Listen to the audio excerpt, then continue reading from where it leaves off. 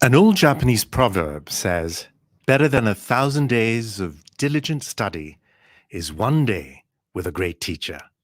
Good evening. I'm Chacko Vadaketh, and thank you for joining us today live on Facebook, LinkedIn, and YouTube. This is the 7th in a series of webinars on Malaysia's education challenge, Seeking Solutions. It's been put together by Edunity Foundation, BFM, and G25. We have looked at the Malaysian education blueprint, the importance of English, unity, equity, the way forward, and much, much more.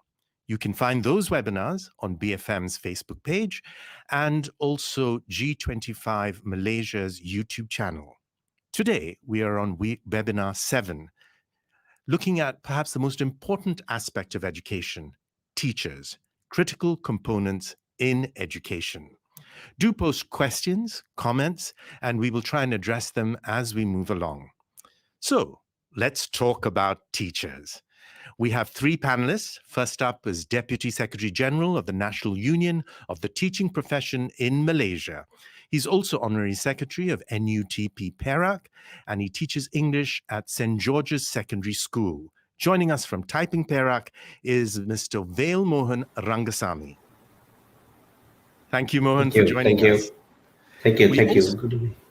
We also have the man who made headlines when he was nominated for what many consider to be the Nobel Prize for Teaching, the 2020 Global Teacher Prize. He is the Program Director of PEMIMPIN GSL, empowering schools, leaders, teachers, and students nationwide. Please welcome Samuel Isaiah. Hello, Chacko. Nice, lovely being here today. Thank you for inviting me. Thank you for joining us. And also, we have all the way from Kota Kinabalu, Sabah, a lady who wears many different hats. She's a journalist. She advocates for communities in Sabah and for human rights. And today she's here as a representative of Tiada.Guru. Welcome, Fiqah Roslan. Thank you, Chacko. Thank you for having me. Great. Thank you, all of you, for joining us today and sharing your insights and experiences. Let's start by maybe asking each of you what might be one of the 2 most important issues in education today. Mohan, do you want to start off? What do you think are the most important issues in education today? Good evening, Mr. Chacko, Samuel, and Fiqah. What we can see is today, teaching has taken a new place, and from normal teaching, teachers today has moved on from more normal teaching that is face-to-face. We have gone into online teaching method. So this is a big change for the teachers and the students because we are not used to it, and this is something new. And our teachers are not trained to do this online teaching. And the teachers, what they did is they learned themselves from the Google, YouTube. It is something like own self-assessed learning. Mohan, if I could interrupt you. So you think the issue of virtual teaching is the most important issue facing teachers today? Yes, true. We'll come back to that, but I'd like to ask Fiqah, what do you think is 2 of the most important issues facing teachers today? You're muted, Fiqah. If you could unmute yourself. Sorry, thank you for that. Not at all. All right, so probably two of the most crucial issues in education. Firstly, I think this pandemic has shed more light on a lot of the gaps in our education system. And I think one of those gaps is, it has made it more obvious that a blanket policy or a one-size-fits-all solution does not work, unfortunately, because there are a lot of different pockets of society.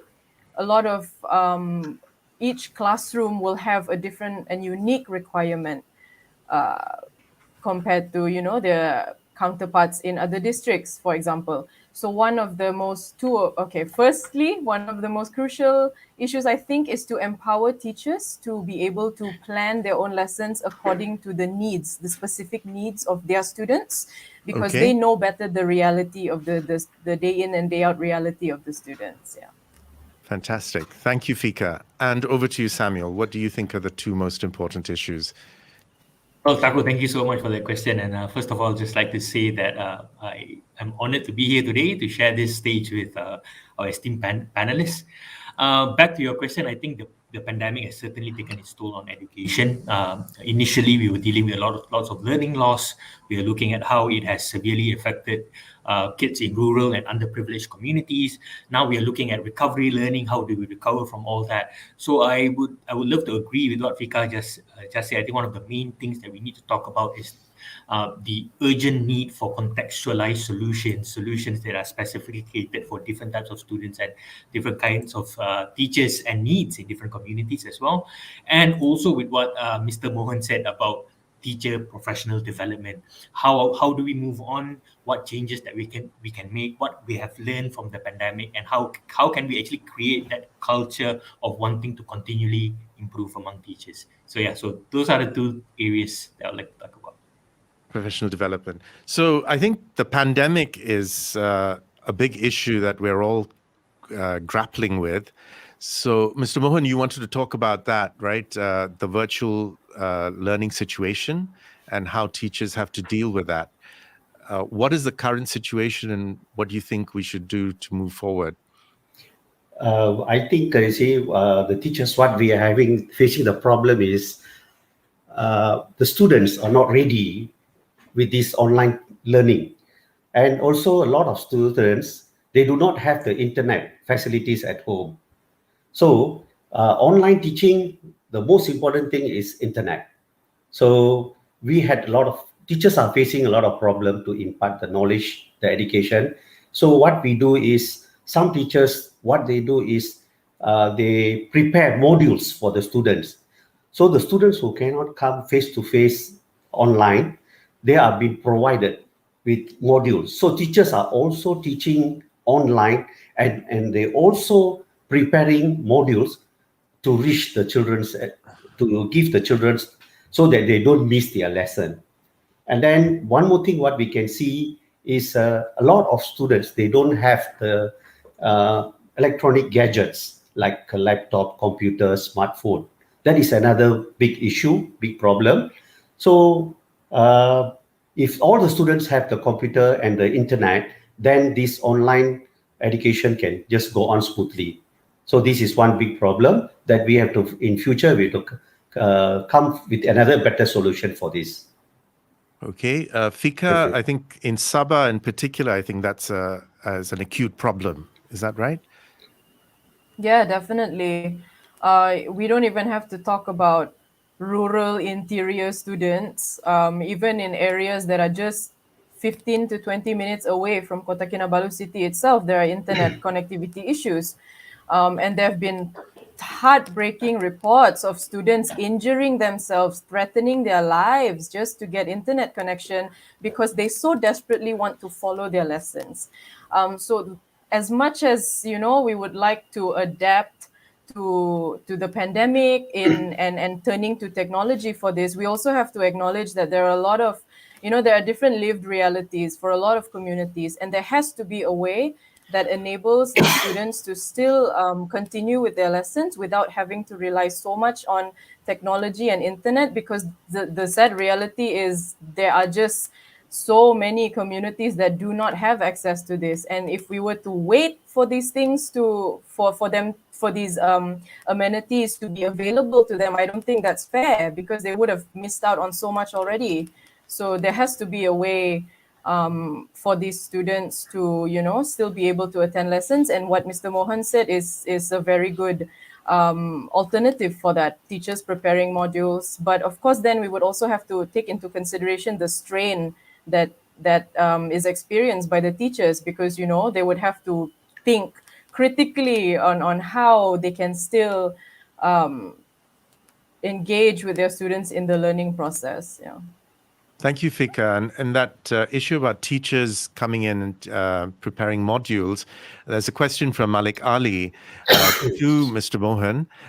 Would you support teachers coming into schools during school holidays to prepare lesson plans for the upcoming term? Would you support that, or would the NUTP support that? So this one, you see, teachers during this pandemic, the modules that they prepare, all the lesson that they prepare from at home, and then what they do is they just send it to the school office, and the school office will prepare everything and put at the card room. This is for the safety of the teachers, safety of the students. So okay, because of COVID and lockdown and all that. Yes. But assuming there isn't those restrictions, and hopefully we're coming out of that now, would you encourage teachers to go into school during school holidays? No. NUTP has already requested to the KPN leave alone the teachers during school holidays. Okay. Samuel, any comments on that? Yeah, I think to that question, I would say the teachers are already doing that. I've never experienced a holiday when I was completely on holiday, even before the pandemic itself. And I've seen a lot of teachers right now already doing it, preparing for strategies, making sure the classrooms are SOP compliant. And I think the common perception of what teaching is, it's just, an individual goes into the class, gets it done, and that's it. But a lot of times, in a lot of our work, it's about preparing for those lessons themselves. So for these interventions and all that, in the example of that question, we have been actually doing it already. So it's not a matter of whether we should be doing it more, but how efficient are we actually conducting it, and whether these interventions or whatever planning that we're doing, be it modules and all that, is it actually working? Is it actually targeting the needs of the community? I think those are more relevant questions, because are teachers actually working hard? Yes. Are teachers actually working more than the 7-8 hours that they're supposed to be doing? Yes. So it's all already happening. All right. So Samuel, just following on from what Fiqah had said, that there are many children who don't have access to even the internet, let alone devices. What can they do? What can we give them to help them get on with their education? If I'm going to give you an honest answer to that, I think it's just totally ridiculous that we have been so engrossed with technology, everything. We're looking at this technology, that application. And if I'm looking at my kids in the Orang Asli school that I used to teach, it just doesn't make sense. So without that infrastructure, learning just does not happen at all. And I was looking at certain recommendations, certain policies. It seems to be like, we are just going to let the school deal with it. You guys can come up with any sort of intervention that you want. It could be modules, but there's no follow-up.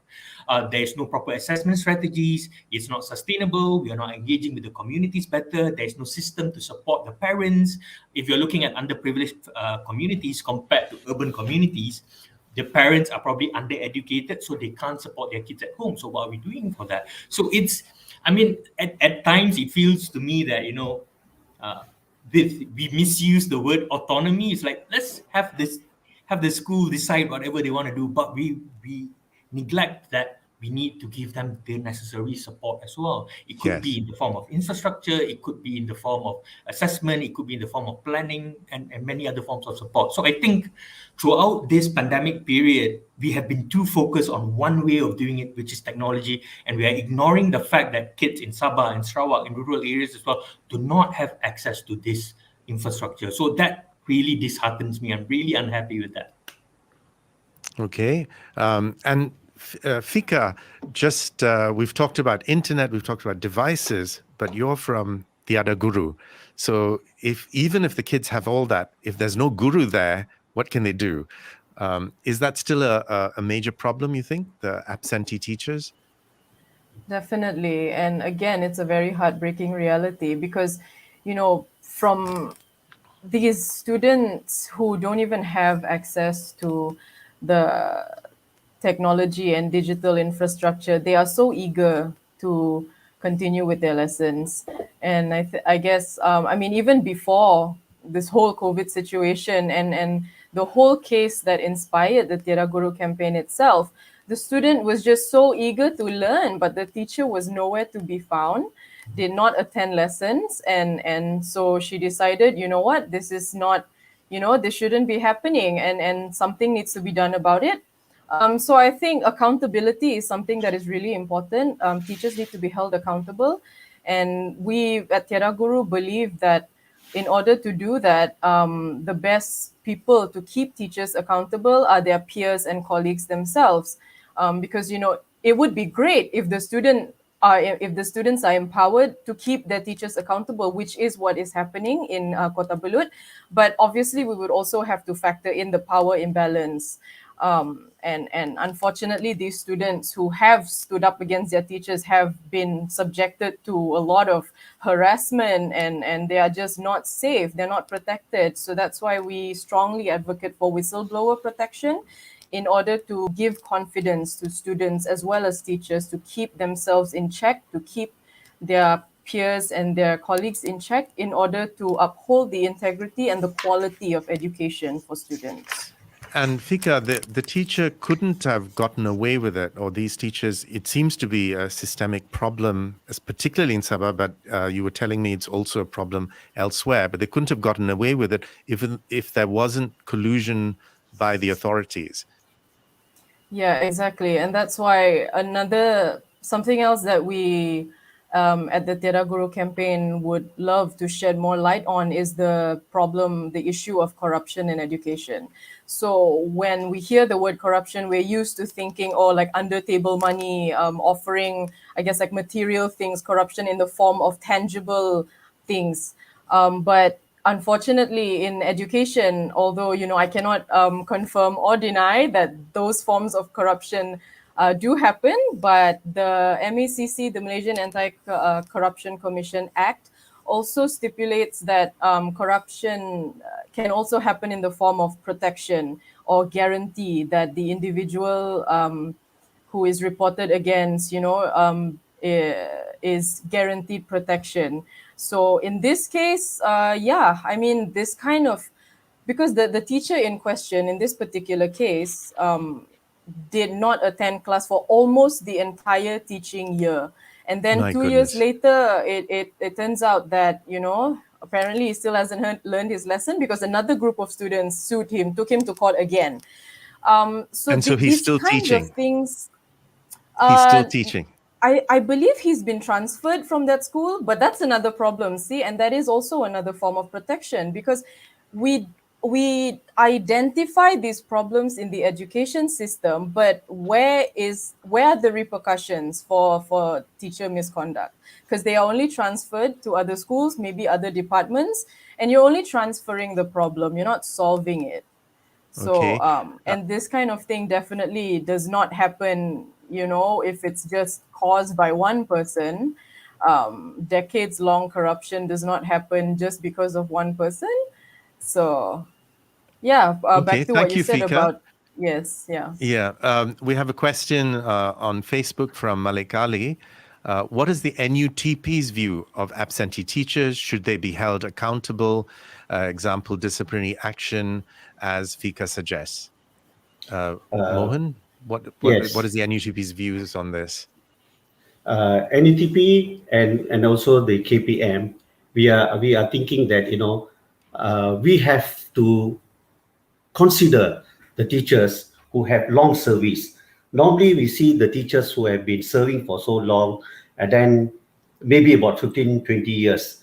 After that, maybe they have some problem in the, it could be some kind of problem, family problem, mental problem, or whatever. So normally the action, the KPM and the department will look into the problem, and then we have counselors for teachers.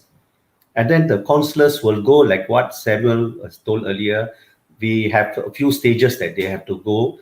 So the action will be taken where counselors will come in and slowly talk to the teachers concerned and find out what is their problem. And they will be sent for some motivational and give them a chance to reform. So we can't just immediately sack them or take action. No, of course, it must be investigated. Yeah, must be investigated. But what about teachers who, Fiqah, are the teachers that are absent? Do they have personal problems, or what is the main cause for them to be absent? So, I mean, my point of reference is the case that inspired our campaign. So I cannot speak for all similar situations because, again, the circumstances might be different from a case-to-case basis. But in this particular case, the teacher was in school. So he came to school, just did not attend class, did not enter the class. So, Okay. of course, as Mr. Mohan said, there are procedures and processes that facilitate these sorts of investigations. But how effective are these methods? Because apparently, I mean, if the same teacher can be sued 2 years later by another group of students for the same alleged misconduct, how effective are these procedures? So, and I think we need to take into consideration power imbalance as well, because students are vulnerable. They do not have the protection of MOE like teachers do. And as Samuel said earlier, these what is happening are in underserved and marginalized communities, so it's easy to take advantage of them. And unfortunately, irresponsible individuals know this. So what kind of protection are we offering the students? Yeah. Okay, so Samuel, perhaps you can elaborate a little bit about this. There's a question, YouTube question from Datin Azima. How effective is the exit policy? Right. I think first of all, if we are generally talking about this issue, I think NUTP, teachers, schools, organizations, the Ministry of Education, I think we all should collectively acknowledge that this is a problem and that this Right. is a serious problem. I think that would be the first step ever. For me, if someone says that a teacher is underperforming or teacher is taking advantage of something, is not doing something, I take that very seriously. And I believe systematically we are not taking this serious enough. And why is it serious? Because the effects are going to be very, very severe. And that is why I think the exit policy can definitely improve. How? I think it has to be more transparent. A lot of times we don't really know what's going on. At what stage is this particular teacher at? Have we seen what are the effects of these counseling methods? Has it improved? Is there data to show that counseling actually helps these teachers to be better teachers in schools and all that? We have no idea what goes on. And I also think we need to acknowledge this issue as seeing that what kind of effects that it can bring, not just now, but to future generations as well. I think those group of students that Fiqah mentioned about, I think they would have 2 years of their life in school. That is huge. That's a huge amount of what they have missed and what could have been if they had a better teacher in that place. And if we are looking at it from that perspective alone, I think better measures and more stricter actions need to be taken towards these teachers. Because I believe as critical components of education, I think this is the theme Yes. of our topic here, as critical components of education, teachers should be accountable for the things that they do well. At the same time, they should be accountable for the things that they don't do well as well, and for their wrongdoings. And I also believe that a lot of times teachers feel that they are under attack. The whole society, everyone in society is attacking teachers and all that. So I believe that the responsibility should not go to individual teachers alone, but it should be taken by organizations like NUTP, like the Ministry of Education as well, and say and acknowledge that we will do better for the children of Malaysia. So yes, the exit policy can definitely improve, and I think it needs more transparency, but it all comes to the point that are we acknowledging that this is a serious problem for our kids? And unfortunately, in my opinion, we are not. What do you have to say to that, Mohan? I think we'll have to move on to another topic, but what is the NUTP's views about this? Does the NUTP view this as a serious problem that needs to be looked into? Yes. NUTP also sees this as a serious problem, and this is a isolated cases. Not many teachers are involved in this kind of thing.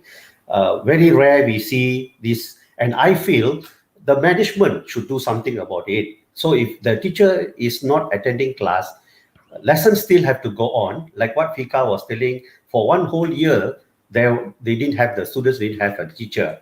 So normally this kind of situation, the management have to come in. They can contact the PPD, JPN, and get another teacher to replace. and then they can find out what is the problem with this particular teacher.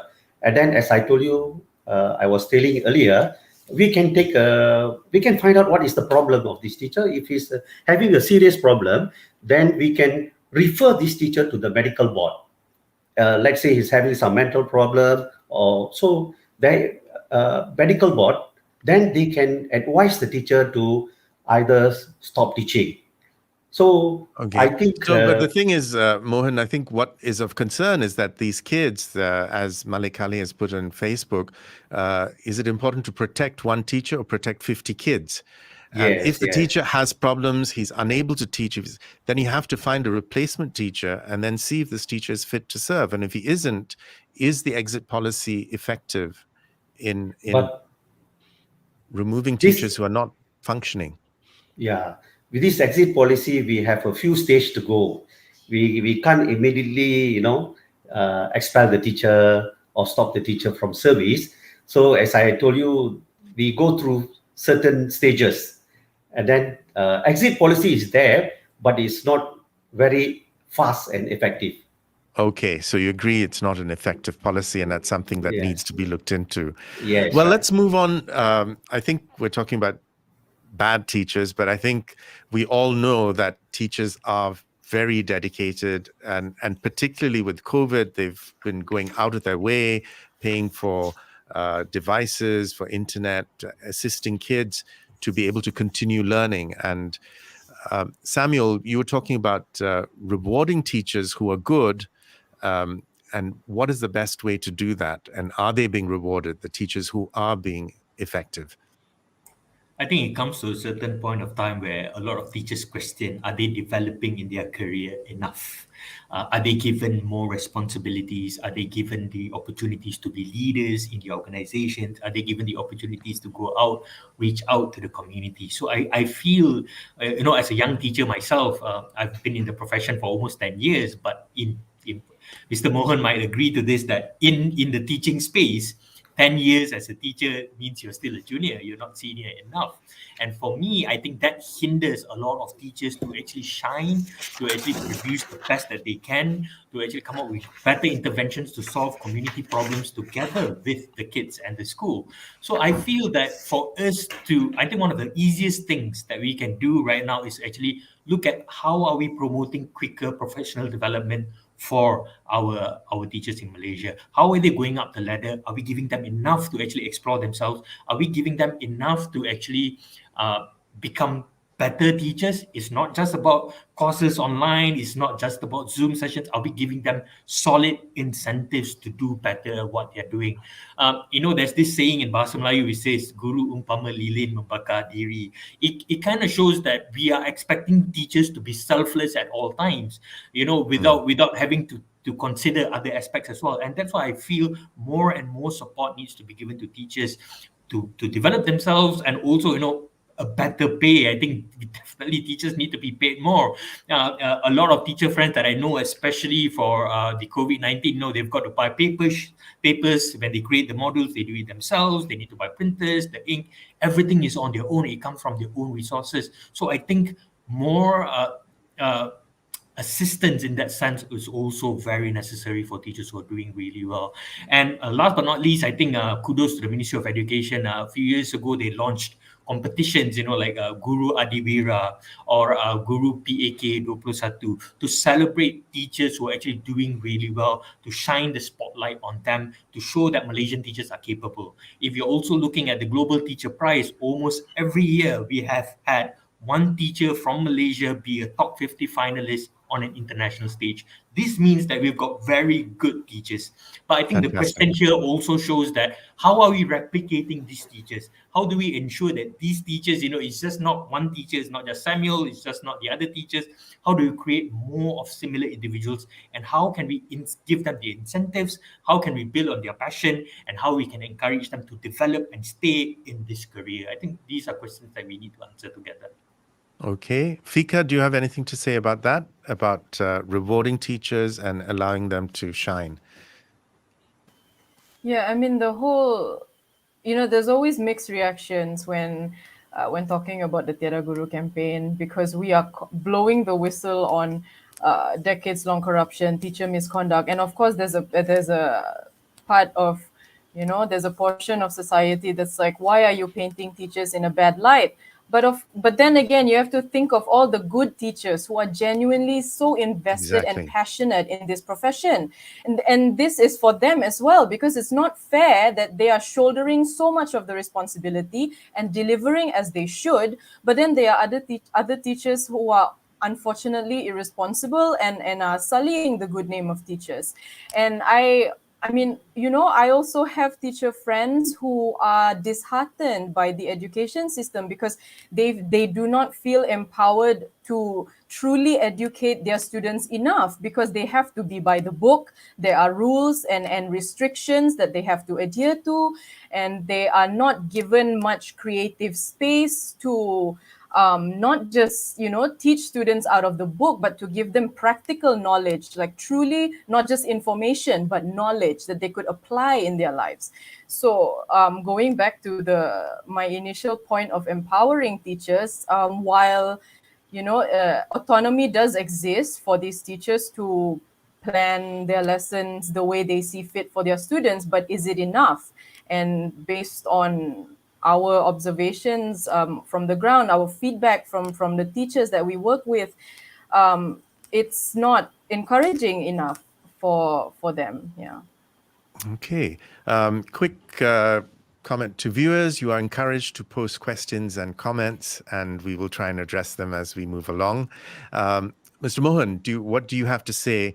Caesar on Facebook says, is the promotion policy of teachers an issue that needs to be addressed? Has this become a political issue? Promotion, actually teachers, our scope of promotion, everybody can go on promotion, and then when the time comes, like now NUTP, through NUTP, we have a system, we call it time-based promotion. So when the teachers, as they are teaching, after about 8 years after teaching, they can go to the next category. So it is an automatic promotion. And then teachers who likes to move on, they are given the freedom. Once they like to go on a promotion, they can apply. There's a course, they call it NPQL, where the particular teachers are being trained to become a leader. So they can become a principal, headmaster, and also. So there are a lot of scope. And we also have many new promotion in PPD and GPN. So this is based on merit, is it, as opposed to just yes, time spent in service? Yeah, this is time spent and also how they perform. So they have to, the teacher, the principal will value them on their mark. They are given certain marks on their performance before they given the promotion. Yes. All right, Samuel, you were talking about this when we had a chat yesterday, that there could be outstanding teachers who have the potential to become leaders in education, but you felt that they didn't have opportunities to become leaders despite having the qualities and capabilities. Yeah, I think there are outlets for teachers to actually progress career-wise, but I think as Mr. Mohan mentioned, it's mostly very time-based. We are not promoting teachers to actually go on it based on merit and merit alone. There's also a distinction between certain areas whereby if you're a teacher teaching English, for example, now you're not allowed to study policy.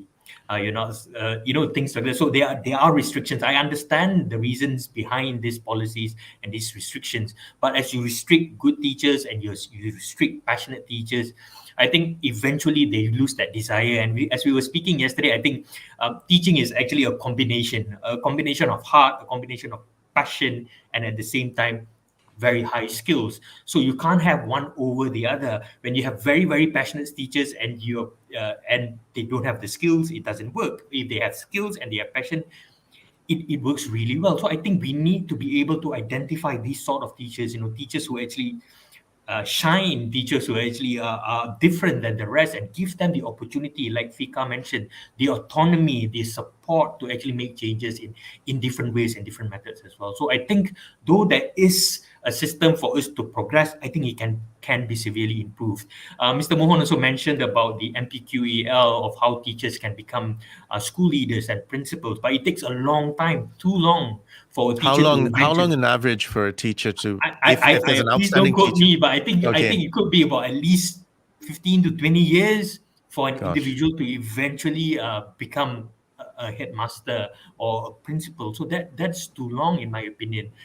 In other countries, in more advanced countries, even as young as 30 or younger than that, you've got the passion, you've got the skills, you've proven yourself, you've got the merit, you can apply to be a school leader. And I'm like, why not? Why can't we have this in Malaysia? So I think it's always a question of why not? Why can't we fire teachers who just don't perform over and over again? Why not? I think if we try to keep it as simple as possible, if the effects are detrimental, and if we see that we have the opportunity to promote someone who can do a better job, why not? Why don't we do it? And Is this something the NUTP would advocate for, Mr. Mohan? You were saying there are avenues for teachers to be promoted, but does it take 10 to 15 years for average person to become a principal? Yes, now what they have this, as I told you about the NPQL, so the teachers who are interested, they can apply. So they will be called for a kind of test and an interview. If the department feels that they are qualified, so now they take them and they send them for a NPQL program where they have to sit for an exam, they have to perform. And if they find them, they are really good, they can become a principal even at the earlier stage. Like Even what before Samuel 10 said, years. yes. So it depends. They have to go through the course interview, and they have to do a lot of presentation and prove that they are very capable. Okay. So, okay.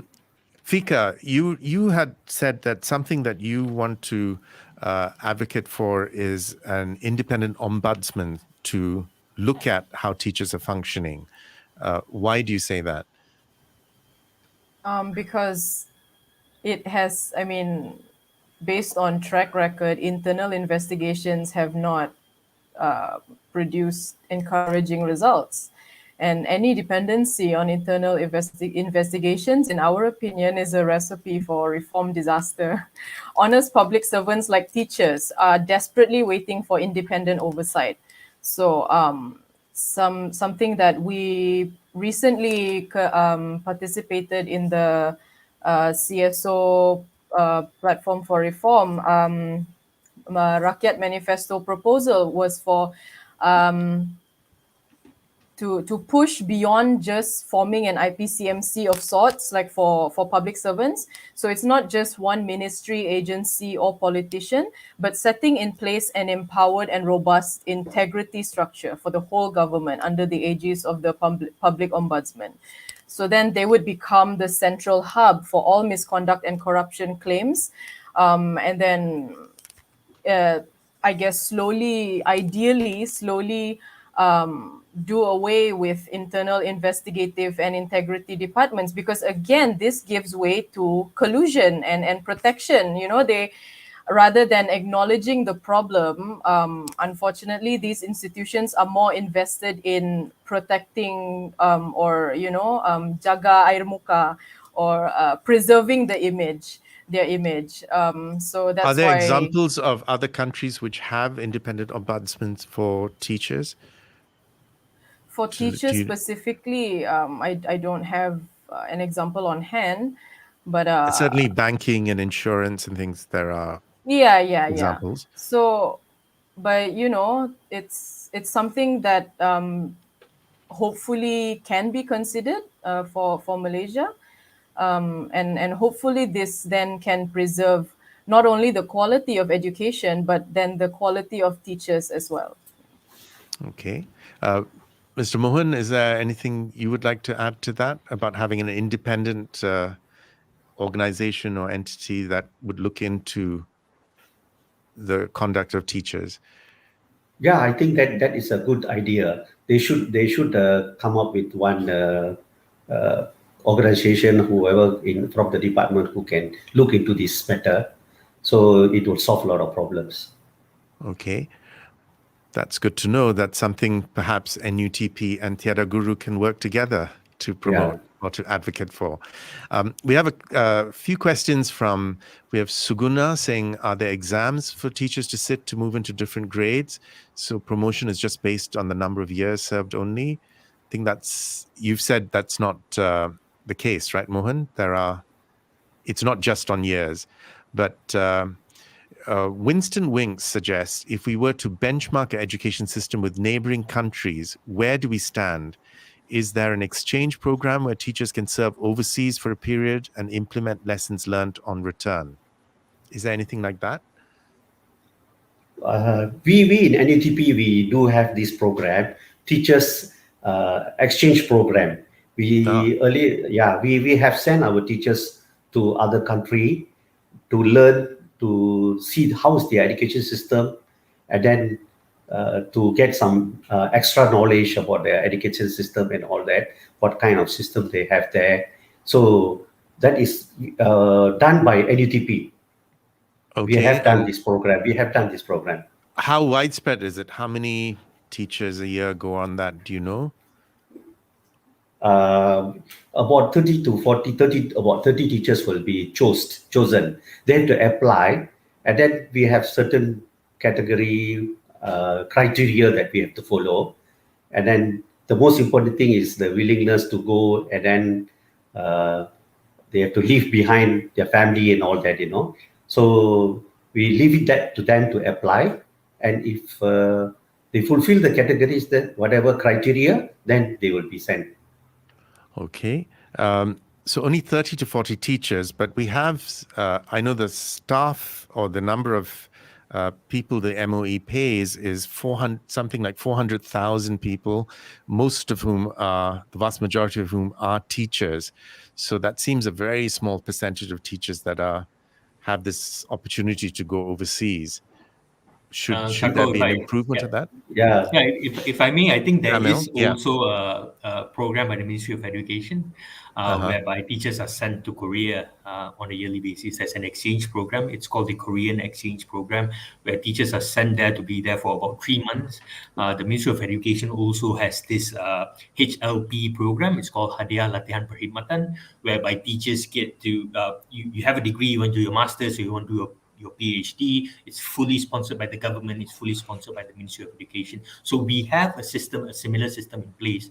But I think back to the question I was interested with the question by Mr. Wings, whether we can benchmark what goes on in other countries in ours as well. I think what we have seen that the Malaysian education blueprint is actually aligned with international benchmarks already.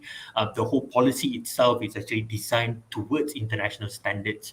For example, with the TIMSS and PISA scores by the World Bank.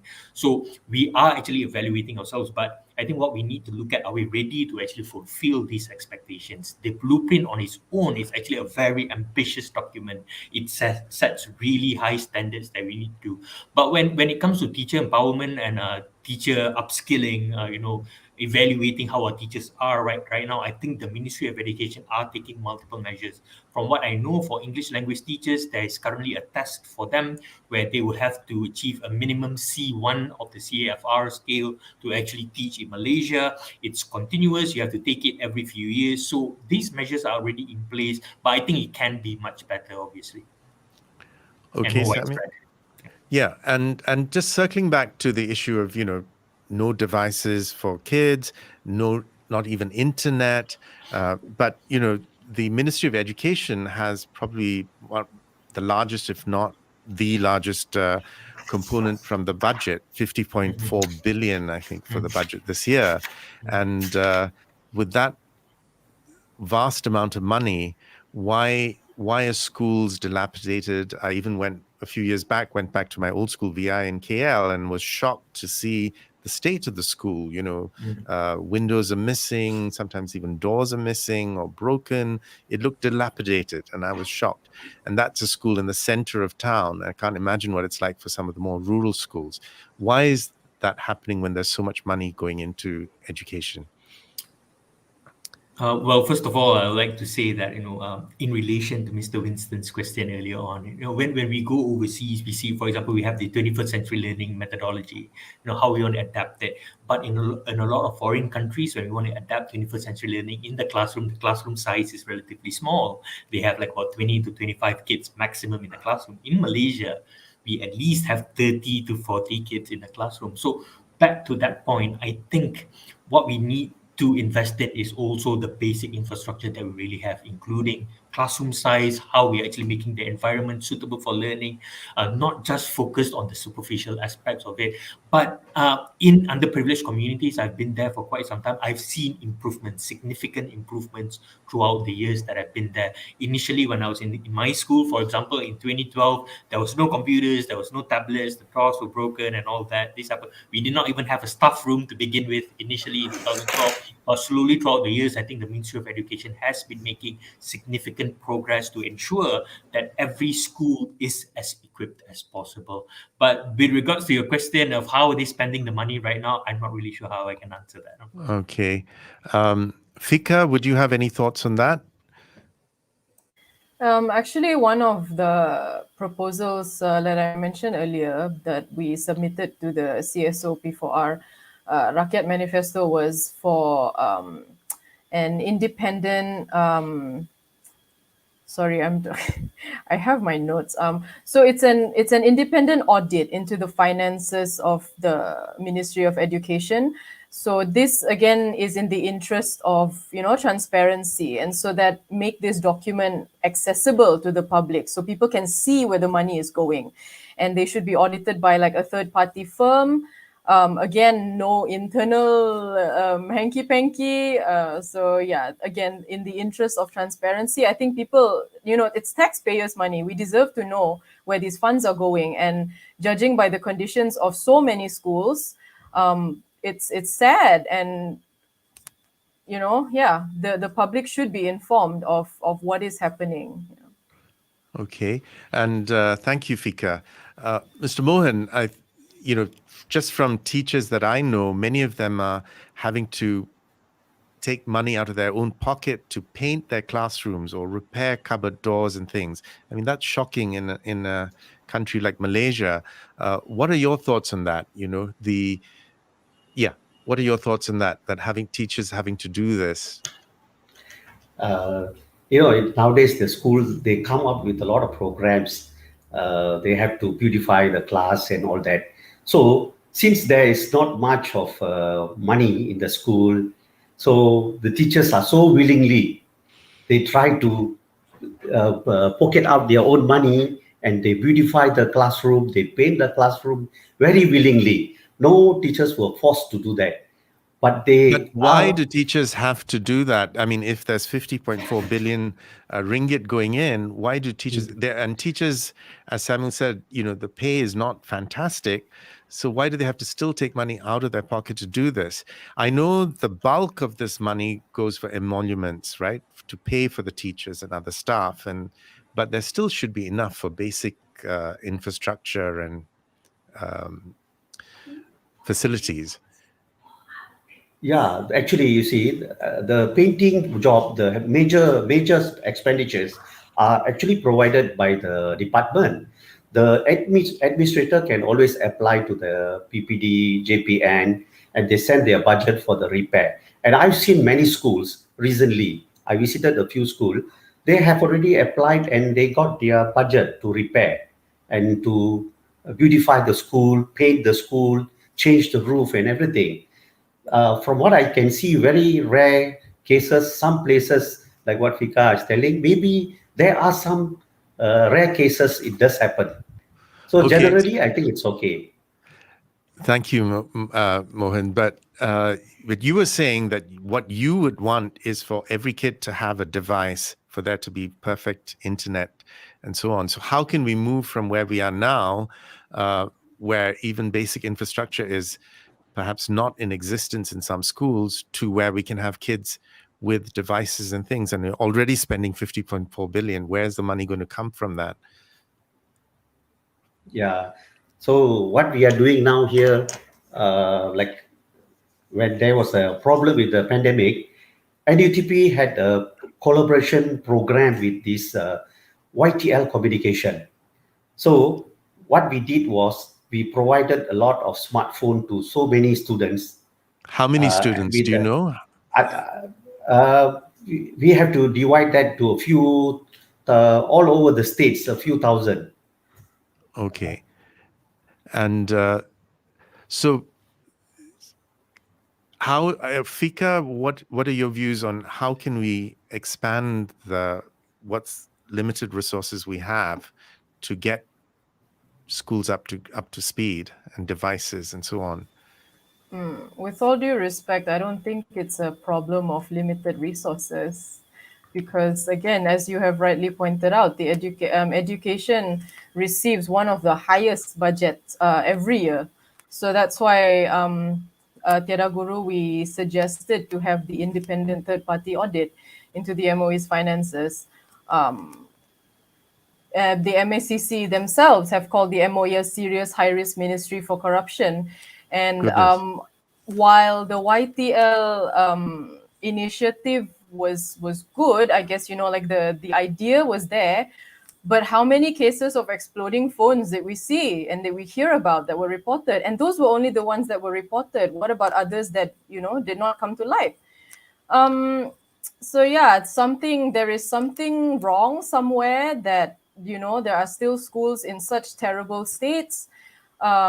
So yeah, hopefully this third-party auditing can be done into the finances, and again, make the document accessible to public. Transparency is of utmost importance here, because again, it goes back to the students, and this is the future of our country. What are we doing to ourselves that we are not providing students with the kind of education that they should receive? So on that topic, we have a comment or question from Haley Trenchard, who says one-off programs to upskill teachers are less effective. And I would say that one-off programs for distributing devices are less effective than there has to be a continuous program to enable this. And so Haley says, if they're not combined with a school culture of openness, so transparency comes back again, feedback and constant improvement, are teacher appraisals rewarding and acknowledging lifelong learning? Samuel, what would you say to that?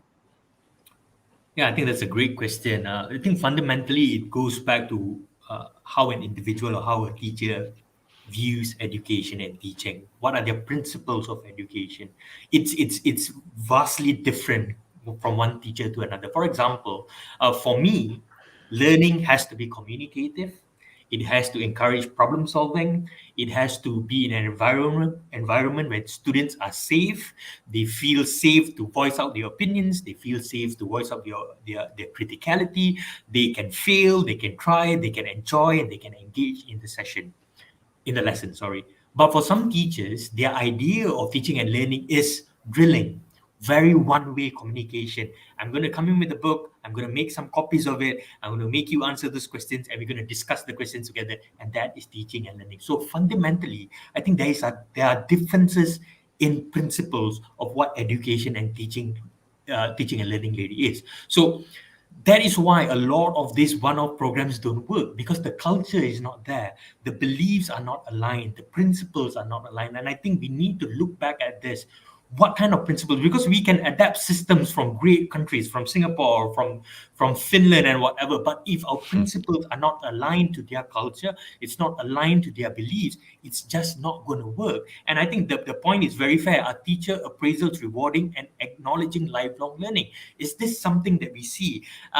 We mentioned yesterday about continuous professional development, and I mentioned statistics that only about 8% of teachers are actually actively looking for professional development. So that shows that we ourselves are not critical of our own practice in the classroom. We ourselves are not reflective of what we can do and what we can't do, and areas that we need to improve on. What more would our students learn from us? Because teaching and learning is not so much about completing the syllabus or teaching them a book or something.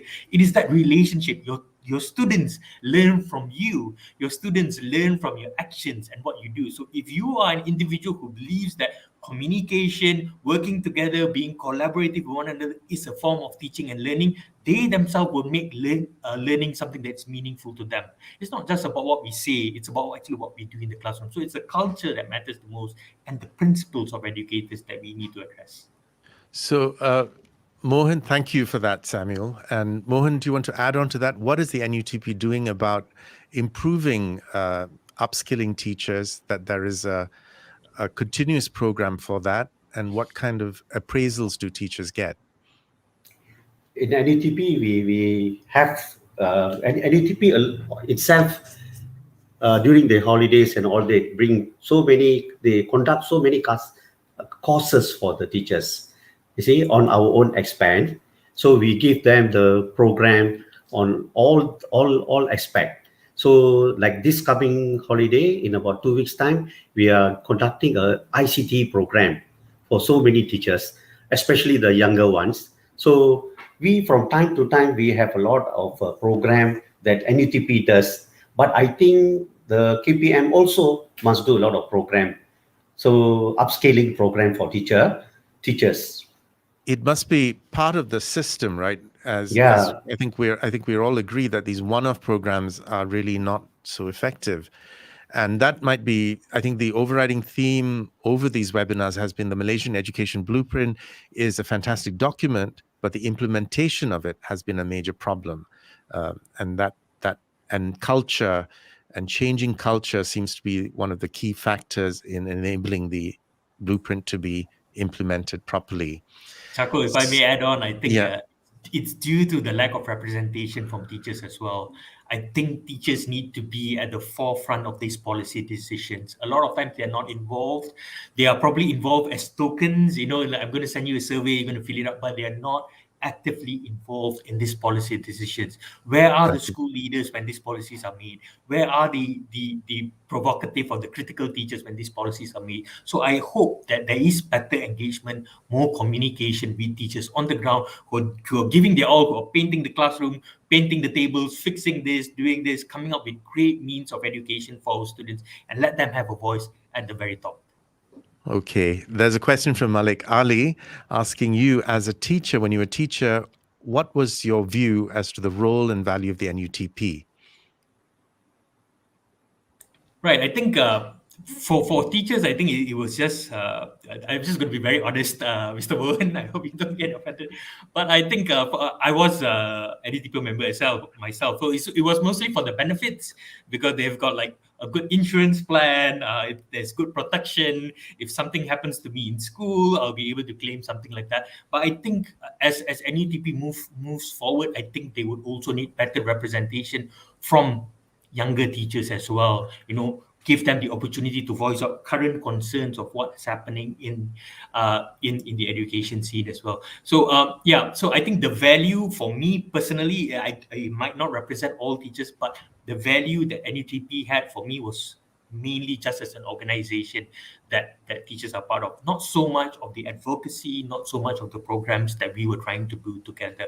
But I think NUTP has taken strides with their recent collaboration with different organizations as well, to try to actively engage teachers and try to provide teachers with more professional development courses, like Mr. Mohan said. But I think we all want more, of course, and hopefully NUTP can engage more with teachers and other organizations to provide teachers with that avenue. Thank you, Samuel. And I think it's great to have these dialogues and discussions. And I think we have to be frank. And I'm sure the NUTP also want to know what teachers feel and require. What do teachers need? And they need to try and provide that. Question from Shanaz Al-Sadat, as we're coming up to 7 p.m. and we should be winding up in a little while. But 80% of the budget goes to the salary of education officers and teachers. We don't feel there are excess teachers. In fact, additional investment should be made to support them. So where is the fat? So do we need more money for education, or do we need to streamline teaching? Any thoughts on that? Maybe Fiqah, do you have any thoughts on that? I mean, again, I stand by my answer earlier. There must be something, awry somewhere that a 60 like billions of ringgit in funds are where we don't see the results, you know. So again, transparency. Transparency. Okay, it's a recurring See, theme. we all have these questions, right? Where is the Fed? Yeah. So and we keep asking these questions because we don't have the information. It's not made available to us. So it's only fair that we be informed of these things. Is that something that you're looking into at all in your organization, GSL, Samuel, about where's all this money going? Not really. We are actually very much focused on empowering school leaders, and we are looking at it from the perspective that excellent schools start with excellent leaders. So a lot of our programs are actually focused on school leaders coming up with contextualized, localized solutions to improve student outcomes. So that is actually the focus of what we're doing, not so much of the budget, unfortunately. Okay, but you need to enable for the leaders to function properly. They need to have the support and the financial support and devices and equipment. Yeah, Chacko, I think if I can just reflect on my experience, I think a few years ago when the Ministry of Education made sure that all classroom had the LCD projectors, lots of money went to it, the infrastructure was great. You know, they tried to, I think it was with the One Bistari program and all that. So everything was good. But what I saw was, are teachers equipped enough to actually use these infrastructures given to them to the best of their capacity? So I think this is the area that PEMIMPIN JSL is looking at. With limited resources, one of the Global Teacher Prize finalists and one of the winners from Africa, very limited resources, but he did outstanding things. So it comes to what kind of processes are you doing? What kind of reflective practices are you practicing in the classroom? Yes, technological devices and infrastructures are important, but they are tools. You know, you can have great tools, but a bad system, bad practices in schools, it doesn't work as well. So I think in PEMIMPIN JSL, we are focusing more on the process of how to actually improve student outcomes by improving that process in schools. And I think that's very important. So it's the teacher, at the end of the day, it begins and ends with the teacher. The individual. Yes. The individual. Okay, I think we're running out of time. So Mohan, any last thoughts before we wind up for the evening? So I think for the improvement of the whole education system, it has to be a good collaboration between education and other NGO body, or they should come together and come up with a very improved system for our future education. That's good to know that the NUTP wants to work with other NGOs, and then and obviously we need to collaborate with the MOE as well to improve the situation for teachers. Fiqah, any last thoughts before we close?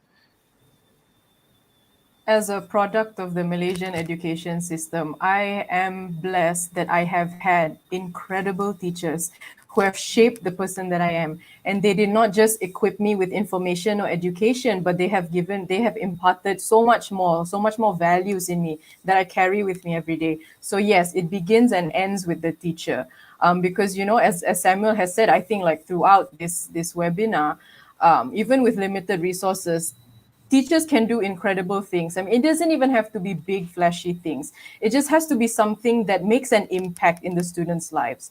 So I just hope that, you know, these teachers are recognized, they are empowered, and they are supported to maintain the integrity and the quality of education for a better Malaysia. Thank you. Thank you, Fiqah. And last few words, Samuel? Right. I would like to resonate what Mr. Mohan said. I think we need to collaborate. A lot of times we love working in silos. We love working alone. Organizations do their own thing. Schools do their own thing. Teachers do their own thing. But I think it's time that we all come together. And the pandemic has shown that when we come together, I think we can give the best for our kids. Can be the best for our society. So yeah, better collaboration. That would be the last words.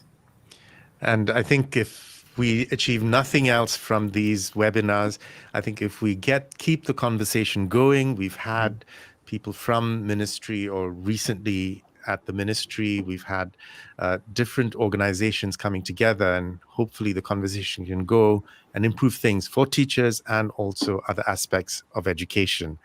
I think we're coming to a close, we've looked at a lot of issues about the money that's going in, the need for transparency, the need perhaps for investigations into what's happening to the money, how to reward teachers who are good. There are many, many good teachers. How can we support them in doing what they're good? Upskilling of teachers. And one size fits all isn't enough. We need to look at the individual needs of each school. And I think all three of you are doing fantastic work in your respective organizations. And also another thing that came up was that there are some bad apples in there. And how do we get those apples out quickly and effectively so that our children don't suffer? As Malik pointed out, there are 50 kids and one teacher, but the kids' needs should be paramount. And with that, I think I thank all of you. Thank you to our panelists, Vail Mohan Rangasamy, Samuel Isaiah, and Fiqah Roslan for joining us today and sharing your insights and experiences and making your recommendations, your learned recommendations. Thank you to all our viewers for spending this evening with us. Stay tuned for more webinars. There are more coming up under this series, Malaysia's Education Challenge, Seeking Solutions. I'm Chacko Vadaketh. Thank you and have a very good evening. Thank you.